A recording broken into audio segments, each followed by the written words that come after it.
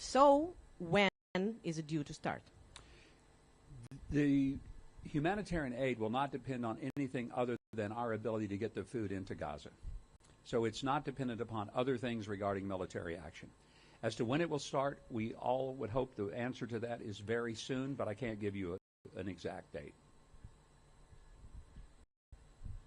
Patrick Kingsley, New York Times. We understand the structure of this process will involve 4 or 5 distribution zones, which will be guarded at the perimeter by the IDF, but inside it will be private aid workers, and that they will distribute each zone to roughly 300,000, 350,000 people each. Can you confirm those details? And second of all, do you have a response to the UN concerns that this would potentially put civilians in danger because they would be coming through IDF lines, and also that it would force a lot of people to walk quite a long way, maybe up to 5, 10, 15 miles potentially, and that would be a logistical challenge for them? That's a lot of questions for one question. I'm not sure I can cover all of them, not sure that I will remember them all, but let me do my best. First of all, there will be private security that will be responsible for ensuring the safety of the workers, both getting into the distribution centers and then in the distribution itself. When I said the IDF will not be involved in that point of distribution, they will be involved in keeping the perimeter safe. And they're the only ones who can do that. And I want to reiterate again, the Israelis are supportive of this program. They want it to happen, but they're not operating it. And that's important because there are some entities that would not want to participate if they thought that this was an IDF operation. It is not. It is a humanitarian operation that was initiated by the President in his mandate for us to get aid into the people who most desperately need it, but to do it in such a way as to not let Hamas control it. You mentioned the distribution points. There are initial number of distribution points. Those will be scaled up as soon as it is possible, so that that is not the total number, that is the initial number, and that number will increase as the scalability is capable. And I'm trying to remember, was there another 3 or 4 or 5 or 6 or 7 questions in that? Yes. The criticism from the United Nations is that this would endanger some Gazan civilians because A, it would force them to go through IDF lines to reach this food, yes. And second of all, at the moment they say there are 400 distribution points. This would reduce it to 4 or 5 points, meaning that people would have to walk a long way. That's difficult. It would put vulnerable people in potentially more vulnerability. Let me address the last question first. The logistical planning of this has indicated that there will not be that long a distance to get to the distribution points. So that is not accurate. And as far as the UN saying that they are concerned about the danger, the greatest danger, the most important danger, is people starving to death. There's the danger. We're going to have security. There will be security both at the distribution points provided by the contractors that will be engaged to do that. There will also be security parameters built by the IDF, again, at a distance from the distribution point to protect them from the ongoing calculus of the war. But let's be real clear what the danger is. The danger is not doing anything. We call upon the United Nations, we call upon every NGO, we call upon every government, especially those who have been saying, why don't you do something? Why isn't something being done? Well, something is being done. So we invite people who have been concerned about it to join in this process. I will be the first to admit it will not be perfect, especially in the early days. It's a logistical challenge to make this work and to make it work well. But all of the partners, both the donors as well as those who will carry out the operation, are committed to getting it launched and making it work and making it work better as we go along. Yes.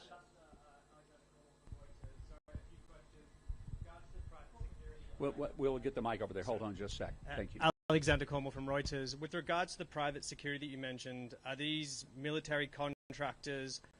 What will be the rules of engagement? The second question is on funding. who will be contributing to the funds? Will Israel, will the Gulf states, will the United States be funding this? Thank you. Answer to your questions, I don't know, and I don't know. And it's not that I don't know some things, but I don't know some things that I can disclose at this time because there is a lot of moving parts that are still moving. So you've asked about rules of engagement. Not able to answer that right now. Everything will be done in accordance to international law, but I can't give you the specifics of that. And as far as, I think there was another part of the question regarding the funding. The funding will come from every source that we can receive. As I said, there are some people who have already committed to helping fund. They don't want to be disclosed as of yet. When they do, we'll announce them, or they'll announce themselves. But we hope that every entity, whether it's a government or an NGO or a nonprofit or just private citizens, will find a way to help in this effort, and that's what we hope to be able to do. Greg? Hi. Good to see you, Greg. Greg Palcott, Fox News. Let me juggle these microphones. You hold that? Fine. A question, please, Mr. Ambassador, and a follow-up, if I might. Does this humanitarian plan have anything to do with the plan that was revealed through Israeli sources last Sunday, which was pretty well criticized by the UN and other humanitarian agencies? And the follow-up is, as you noted, U.S. has a big role. In the immediate area, Israel has less of a role. Is the Trump administration now trying to work around the government of Prime Minister Netanyahu? You yourself last night said that the Israeli government did not have to be notified of the U.S. Houthi deal. There are discussions going on right now between Iran and the U.S. and intermediaries, Saudi Arabia, even Hamas, and we know that President Trump is not stopping here next week. Are you trying to work around the Israeli governments on a range of issues? Absolutely not. I think any characterization of that would be completely, absolutely untrue. There is an incredibly close relationship between the U.S. and Israel that continues, and I think even my comments may have been taken a little out of context. The rest of that story was the United States doesn't have to tell Israel everything it's going to do. Here's the second part that I said. Israel doesn't have to tell us everything they're going to do. It's a sovereign nation. We respect that. So there's no issue here that there's some kind of workaround going on. I wanted to make clear that this is not, and this is where the news story that was reported last week was really off the mark. This is not an IDF or an Israeli operation. That would cause some potential partners to say we don't want to be involved. The Israelis' role, and this is a significant one, in helping provide security, but they're not operating the distribution. They're not operating the bringing of the food in or the distribution of the food when it gets into Gaza. They share the same concerns we do to make sure that Hamas doesn't have any of it.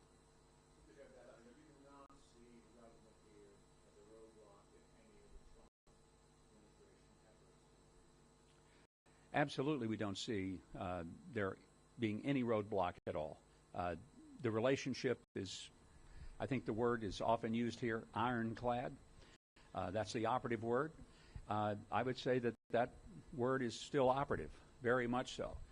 The level of cooperation between the United States and Israel is one that is not recent. It goes back for decades through Democrat, Republican administrations. It is one that has transcended every kind of situation that happens in the Middle East because it's important to both countries. So there is not an issue, and I want to make that incredibly clear. There is no sense of conflict or issue of separation between the long-standing alliance between the United States and Israel. And the President has made that clear. I'm here to work for him and to carry his message, and that's been his message without any equivocation. I think I was asking you, yes? Yeah. Laser Berman from the Times of Israel. Good to see you again. Two quick questions. What's your assessment of the state of starvation in the Gaza Strip? There's been allegations. And number two, it seems like this plan is contingent on the IDF being deep in the Gaza Strip. If there is indeed a ceasefire, let's say in the next week, it'll probably involve IDF troops having to pull back to small buffer zones. Would this plan be able to go forward, or how would you stop Hamas from getting the aid if indeed the IDF pulls back? Thank you. I think any ceasefire, and again, I'm just speculating, but any ceasefire still requires security.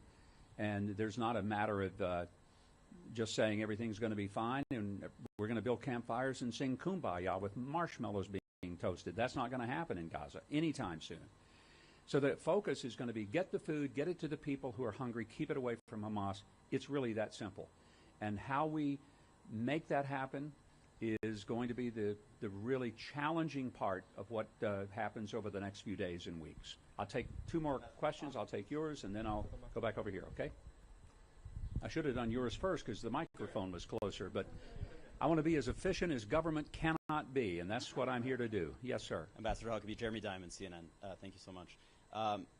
First of all, just to follow up on Lazar, he asked you what your assessment is of the state of starvation and the humanitarian crisis in Gaza. Do you acknowledge that there is a humanitarian crisis in Gaza right now? If there wasn't a humanitarian crisis, there wouldn't be an effort to try to deal with it. So the answer is obviously yes, there is a humanitarian crisis. That's why we need a humanitarian aid program going in.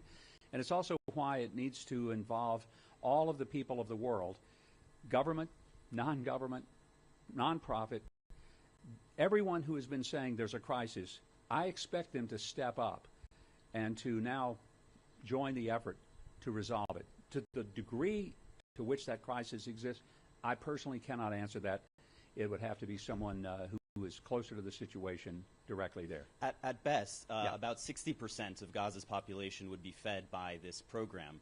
What about the other 40%? Everything is planned to be scaled up. You have to start somewhere. And the somewhere feeds an enormous level of the people of Gaza. And then it scales up from there. But they don't have time to wait, do they? Well, I don't know. Right now they've been waiting a long time thanks to Hamas and their efforts to keep their people starving. I wish Hamas would decide that they wanted their people to have more food and would quit stealing it.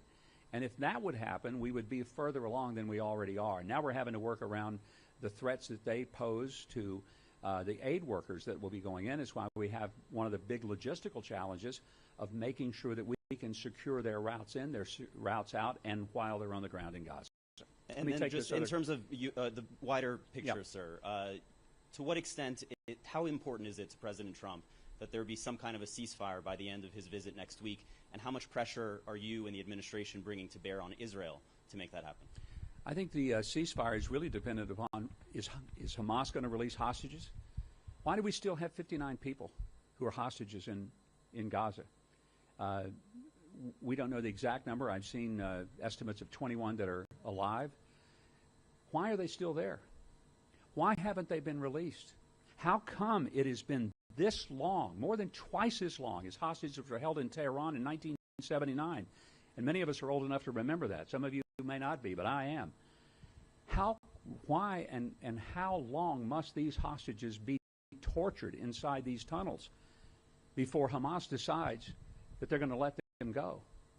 And I just can't emphasize enough, we are here today with a crisis, not because of Israel. We are here today because of Hamas. They've initiated the crisis, they have prolonged the crisis, and they have exacerbated the crisis. And I hope the entire world, no matter where they are and what they believe, would join in a unison of condemnation for what Hamas has done to innocent civilian people that they murdered, that they've tortured, that they've raped, that they have beheaded. This is where the responsibility lies, and I don't ever want us to forget that. Final question right here. Final question. Ambassador Mike, Barak from I-24 News. I wanted to ask you about there are many voices in Israel that oppose to that plan to send humanitarian aid to Gaza. And looking at the report about the civil nuclear plant for Saudi Arabia, there is a concern that Israel maybe will be left behind. Maybe President Trump is favoring much more of the U.S. interest than the Israeli ones. Can you comment on that? I don't know that I understood all of the question, but I think the essence of it was, is the United States sort of backing away? Is that a fair assessment of it? I think the answer to that is an emphatic no. This is a president who has done more to stand with Israel than any president in American history. When Harry Truman made the first recognition of Israel in 1948, 11 minutes after Ben Gurion declared the State of Israel. That was a significant moment and a historic moment when America launched this partnership. It has been strong through every administration. It has been strong through every political party, and it remains strong today. But under President Trump, it has never been stronger. And that is true when you see the many actions he's taken, whether it was the recognition of Jerusalem as the capital of the Jewish state, whether it was the moving of the embassy, whether it was the recognition of the Golan Heights, but even more recently, since he's taken office just a couple of months ago, he immediately took away what had been a previous administration's embargo about providing necessary tools and ammunition to the Israelis to fight the war. And so the president has been consistent in his support and in his partnership, and I have no reason to believe that that won't continue. I appreciate you all coming. Thank you very much for being here, and we'll continue to update you as we have more information to do so. Thank you, and Shabbat Shalom.